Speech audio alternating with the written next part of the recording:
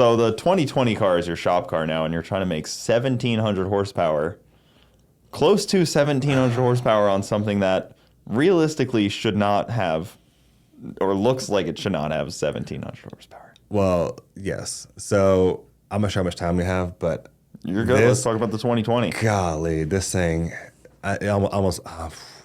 It's testing my patience.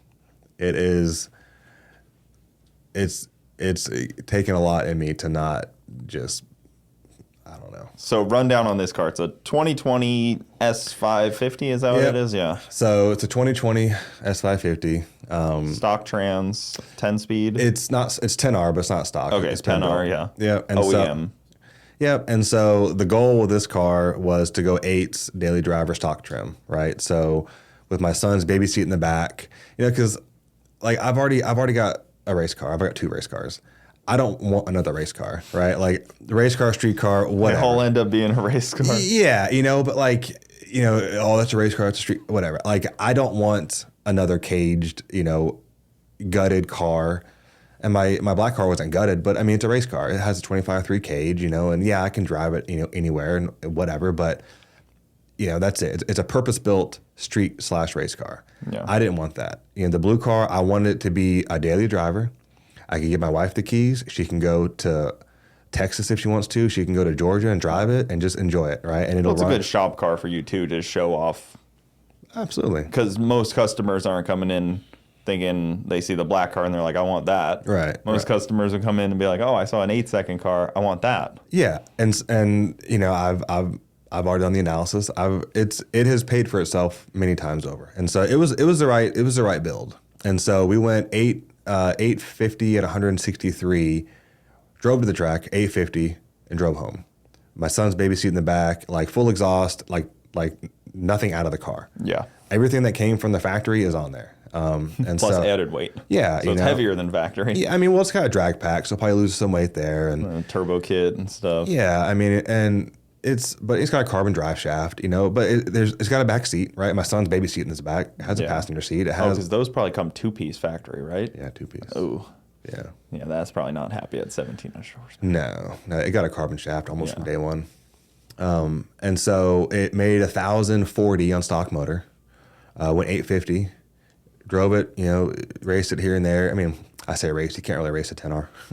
I test and tuned it here and there a little bit. Do they not like to leave off of a Pro Tree? They don't like trans brake. Okay. Right. So you can activate the trans brake in the factory calibration, but it's a good way to burn stuff up. Mm-hmm. It's not a real trans brake like what you would use a trans brake for. It's manipulating clutches, and if you need a trans to bind and lock up, you activate 2 gears at the same time. Yeah, like different first and reverse on a power glide. Exactly. Holding each other. That's why when you see somebody go in reverse when they get on the trans brake, exactly, clutches are burned up. But exactly, and so the same principle applies, but you don't do first and reverse. You do like the intermediate clutch pack and the low clutch pack, right? And you activate them at the same time. Now you've got 2 gear ratios trying to happen at the same time. The trans is bound and locked up. You let go, it releases the one, the car goes forward. But it burns them up pretty bad. And so I don't use the trans brake. We use a second gear leave and leave on the foot brake. I got my 2-step built into the foot brake, and it works fine. But it's just, you can't cut a tree on a foot brake. You can, because there's foot brake guys, but it's not the right. Bracket racers are fired up right now. I'm sorry, guys. I'm sorry. Well, there's a foot brake hero out there right now. I know. I'm gonna get in trouble for that. But yeah, it's a test and tune car, right? It's just fun to drive. It's fast, and I can go to test and tune and just run whatever. And so the first goal was to go 8's stock motor, which I knew would be fairly easy, and it was. And the second goal was to go 7's. And so I had a short block built for it, put the heads on, timed everything and all that stuff. And it's got 64 millimeter turbos, nothing fancy, just a regular off-the-shelf Hellion kit again. And like always, I crept up on it, 1,000, 1,100, 1,300. And we got up to like 1,654, I think it was. And I heard a misfire. I heard a little bit of a breakup. And I was like, I'm I was like, it made power, but you look at the graph, like it was on target to make 1,700 and change. Yeah. But it laid down at about 5,000 RPM. And that's when the friggin' drag racing gods like kicked me out of the kingdom, I guess. I don't know, because I have spent the last 3 weeks chasing down any conceivable possible reason for a misfire. You name it. You tell me, Coop. Your car's misfiring. What would you check? What would you change? First, I would probably swap plugs. Done. Change coils. Done. Swap some coils around. Done. Then I'd probably blame the Ford Union for some wiring stuff. You try a new harness? Yeah, I'd probably Done. think about that too. Try a new PCM? Man. Done. Oh man. Would you pull the cams out? Check the cams? I would definitely pull the cover off. That's for sure. Would you make sure the valve springs weren't floating? Would you put new valve springs in? I would definitely check the compression on it. Would you buy the machine to check the actual seat pressure, all that stuff, and make sure they're good? Done. Would you do a leak down test? Done. Would you do 2 leak down tests? Would you do a third? Done. Compression test? You name it. I have done it. But I think I may have figured it out. We're gonna find out. But dude, Coyotes are really good at like audibly telling you when something's wrong, I've noticed. Like LS's can fool you a little bit. Like you hear a noise and you're like, I don't really know what that is. But like I've seen the Coyote guys like hear a noise and they're just like, that's that. Right. And they're really good at audibly telling you what's going on. car runs fine. Which is cool. Car runs fine. So what happened, so I got a little excited, but so it made 1650. I heard a misfire. I'm like, dude, stock cams, stock VCT. I'm like, it's probably floating the valves, 44 pounds of boost. I mean, it's probably not really happy, you know, because I'm an idiot, I think. I'm trying to keep VCT and keep stock cams. I want it to be, I want it to be a true, comfortable 7-second daily driver that you or your friend or your wife can hop in and drive. Does that help get onto boost quicker too, though? No, not Can really. you use it like that? Like where it kind of... Yeah, it'll help. Yeah, VCT is tremendous for spooling. Yeah, that's what I was thinking. Absolutely. So like a street car that you're going to, somebody pulls up next to you on the highway and you stomp on it, it'll help you kind of... Oh, it goes. I bet. It goes. I bet it's fun. It's a lot of fun. But, I want a nice smooth idle. I've seen it firsthand where like someone will, give me the keys, something, and I'll get like a 3 or 4 preface. Okay, just so you know, it does this weird. Also, this is kind of funky, but you got to jiggle the key. It's like, Oh, I'd need to give a book to somebody if they were to drive one of my cars. well, that's okay. Yeah. Well, it's a race car too. yeah, it's different, But like if I drove you a Yukon, you wouldn't be like, well, maybe is it Yukon run okay? The Denali, truck. excuse me. Yeah, Yes. the truck. Yeah, no, you'd be fine. Yeah, You'd be see, fine. same thing, right? Yeah. But I wanted to be here's a 7-second key, take you and the family out to dinner, Like whatever. you may not notice as you pull out, Yeah. and then you're like, get on it a little bit. And then you're Yeah. like, oh, what? the Yeah, heck? exactly. And so I don't want fancy. I don't want lockouts. I don't want bigger cams. I want it to be, for one thing, the 10R ain't gonna take 1,800 horsepower. No. Now the dyno, I might get away with it, but as soon as I go on the track, it's gonna check out. Maybe spinning on the street a little bit, Maybe, right? And so it's strictly just to see what kind of power the stock cams will do. And so because I run VCT, I can't have a lot of seat pressure on the springs, right? The valve springs have to be just enough to hold the valve shut, but not so much to overcome the VCT trying to function properly. And so it's a real delicate balance. So I thought for sure, floating the valves. Put new valve springs in. Well, I check a few. They all check okay. I'm like, it's probably still springs. Put springs in it. That wasn't it. We've been down the rabbit hole really for like 3 weeks. And because the weird thing, it's got misfires, audible misfire. You can hear it. It sounds like it has a cam in it. But mechanically, nothing is wrong. The VCT, I'm checking everything, right? The VCT, all 4 cams are dead on commanded, right?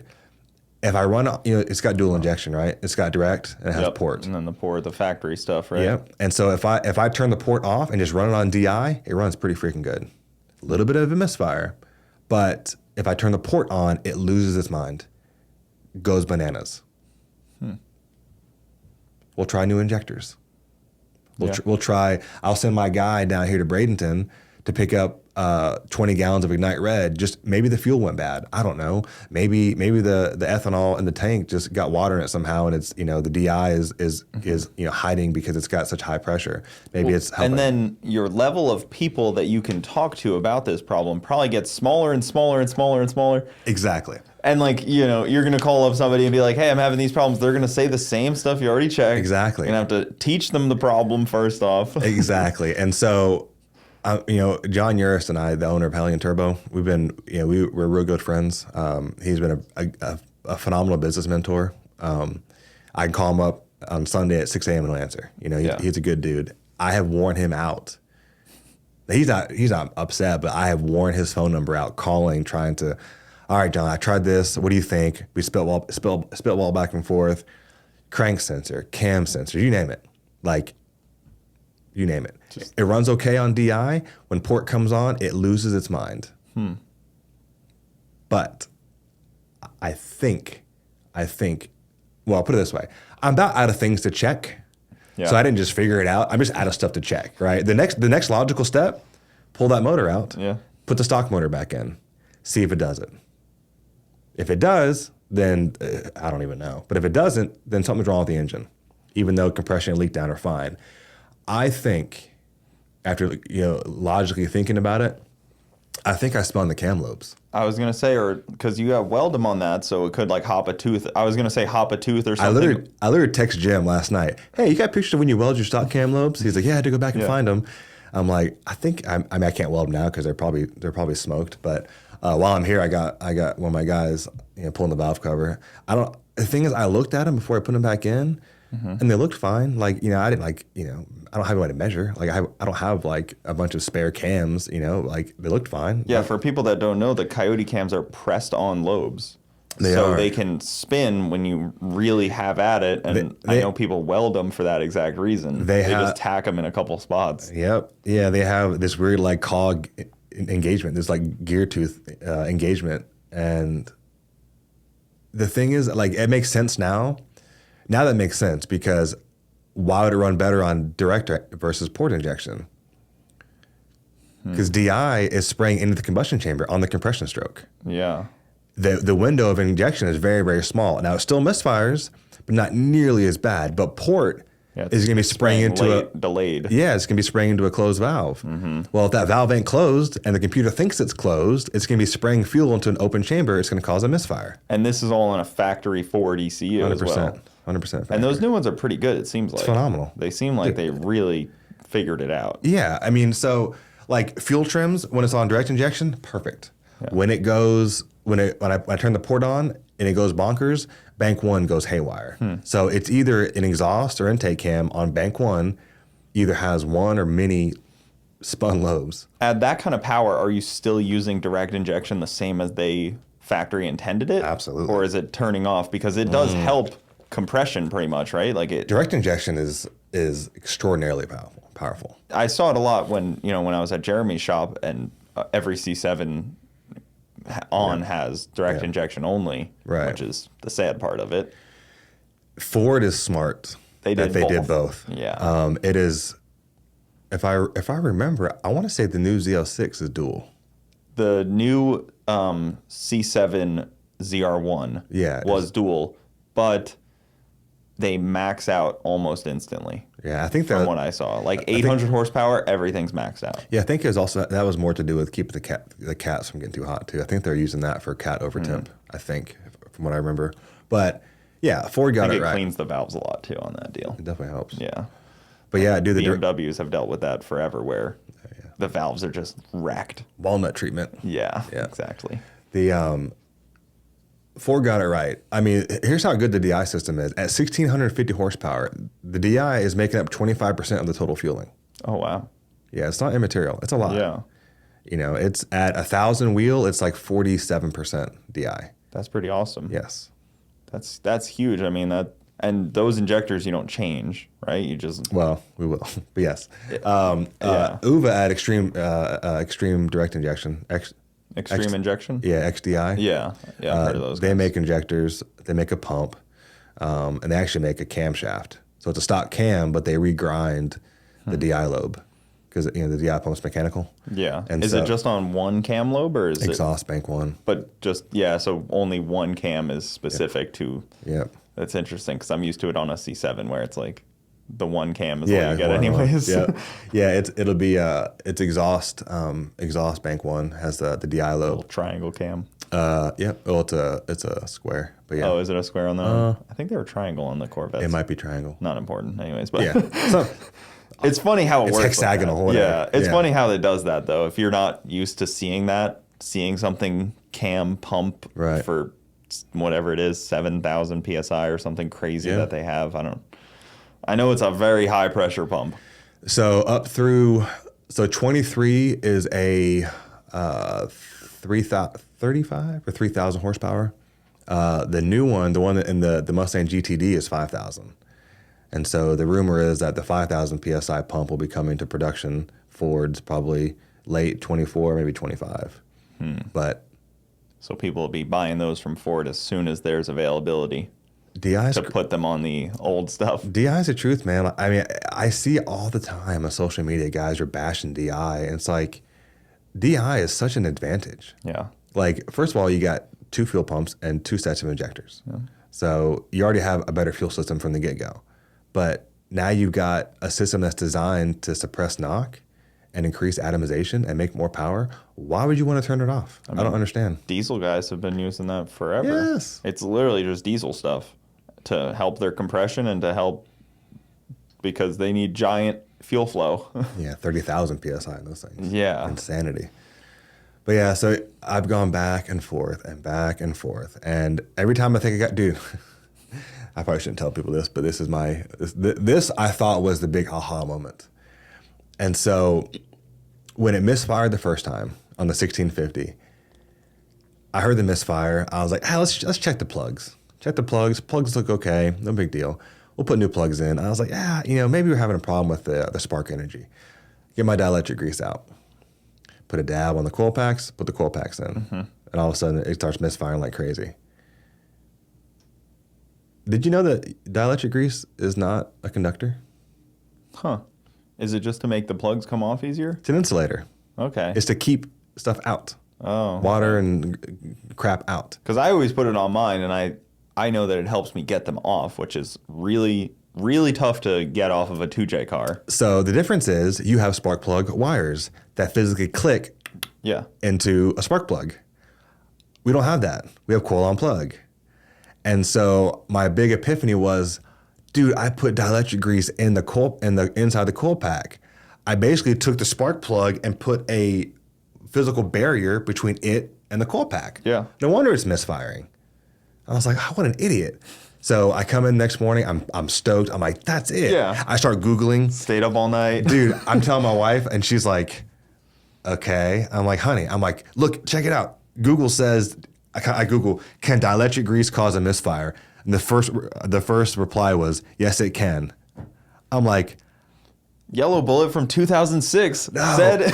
And so it has to do with, a spark plug wire clicks on. Is a physical connection. Well, coil pack wire it clicks on, but not really. It kind of like slides over. So you're still using factory coil on plug deal and everything. Oh yeah, stock coils. Yeah, stock coils. And I so use the IGM-1A deals. Once you make that kind of power, yeah, you got it helps. lot of kilojoules to fire that thing. I got stock. And I could melt a hole through a block with that thing. Yes, and I couldn't melt my way out of a ice cream cake, and so couldn't make the connection even. Yeah, and so I thought, dude, that's got to be it. Yeah, I texted one of my guys at like 8:30. I was like, bro, I figured it out because we've torn the car apart. But I mean, it's been a mess, right? Come into the shop, feeling good, walking in, I'm like, all right, here's it. Google says it's this. So dielectric grease is it's like tacky. And dude, it took us like an hour and change to clean brake clean that off. Yeah. I had sent one guy to get Q-tips. We're cleaning everything out, brand new plugs. I'm like, we got it. This is it, boys. Fire it up. Not a lick of difference. It's been that story for like 3 weeks. Just thing after it's thing. Just, I think I got it figured out. That's not it. It has to be this. Like, it's a global problem, right? It's not a crank sensor. It's not a sensor because if it was, it'd be intermittent, and it wouldn't matter what fuel it's on. it would do it, period. Yeah. But it's way worse on port injection than it is on direct injection. And so I thought, do I got new plugs or new injectors? Got everything all brand new.